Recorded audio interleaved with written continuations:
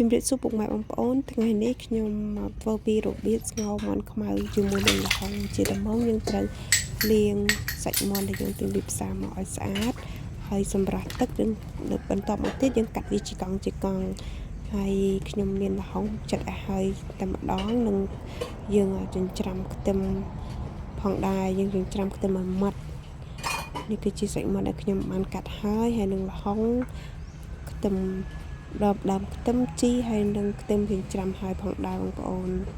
សម្រាប់ប្រភេទសាច់មាន់ខ្ញុំយកប្រភេទសាច់មាន់ខ្មៅយកមកស្ងោរពីព្រោះមាន់ខ្មៅវាស្ងោរទៅឆាប់ផុយជាងមាន់ធម្មតាបងប្អូនបន្ទាប់មកទៀតពេលយើងរៀបចំគ្រឿងរួចហើយយើងដាក់ខ្ទះអស់សំទោសដែលយើងដាក់ខ្ទះស្អាតបន្ទាប់មក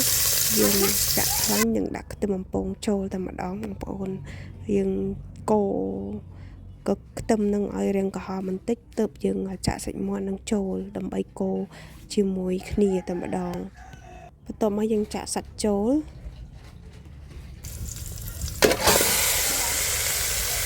រួចមកយើងកូរឲ្យសព្វចូលជាតិគ្នាយើងទើបយើងដាក់គ្រឿងចូលមានដូចជា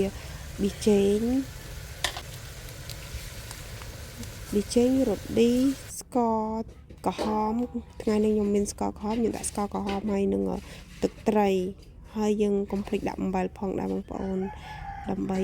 ឲ្យមានរសជាតិដិតយើងអត់ពិបាកប្រើ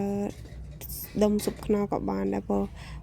វាសាច់មាន់ខ្មៅឲ្យយើងវាចេញជាតិស្រាច់តែម្ដងបន្ទាប់មកយើងដាក់ស្ករក្រហមចូលហើយកូរវាឲ្យសព្វចូលគ្នាបន្ទាប់មកយើងចាក់បន្លែល្ហុងយើងចូលហើយកូរឲ្យសព្វអំឡុងពេលយើងចាក់បន្លែល្ហុងចូលយើងឲ្យគ្របទុកមួយសន្ទុះសិន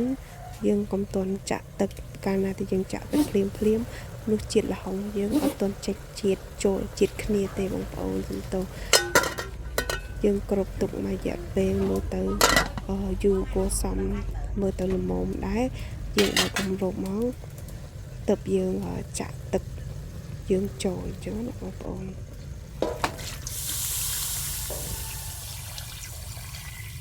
ចាបងប្អូនពេលយើងចាក់ទឹកចូលទៅឃើញជាតិខ្លាញ់មិនចាញ់មកបដាហើយបងប្អូនយើងទុករយៈពេលមួយសន្ទុះទៅមើលទៅយើងឃើញថាយើងធ្វើម៉េចឲ្យទឹកពុះហើយផុយល្ហុងពេលទឹកពុះហើយផុយល្ហុងហើយទៅយើង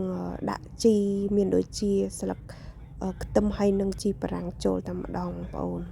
ហើយកុំភ្លេចបងប្អូនភ្លក់មើលសាបឬប្រៃបងប្អូនថែមគ្រឿងទៅតាមចំណង់ចំណូលចិត្តបងប្អូនត្រូវការចា៎ណាបងប្អូនចាបងប្អូនអរគុណបងប្អូនសម្រាប់វីដេអូរបស់ខ្ញុំបងប្អូនបានទស្សនាសូមបងប្អូនកុំភ្លេចជួយចុច like និងជួយចុច subscribe ដល់វីដេអូរបស់នាងខ្ញុំផងដែរបងប្អូនចាបងប្អូនបន្លែសូមទោសបងប្អូនស្ងោររបស់យើងគឺបានឆ្អិនរួចរាល់ហើយបងប្អូនមកហូបមួយមុខនេះគឺសម្រាប់ជំនួយសុខភាពឲ្យយើងផងដែរបងប្អូនអរគុណបងប្អូន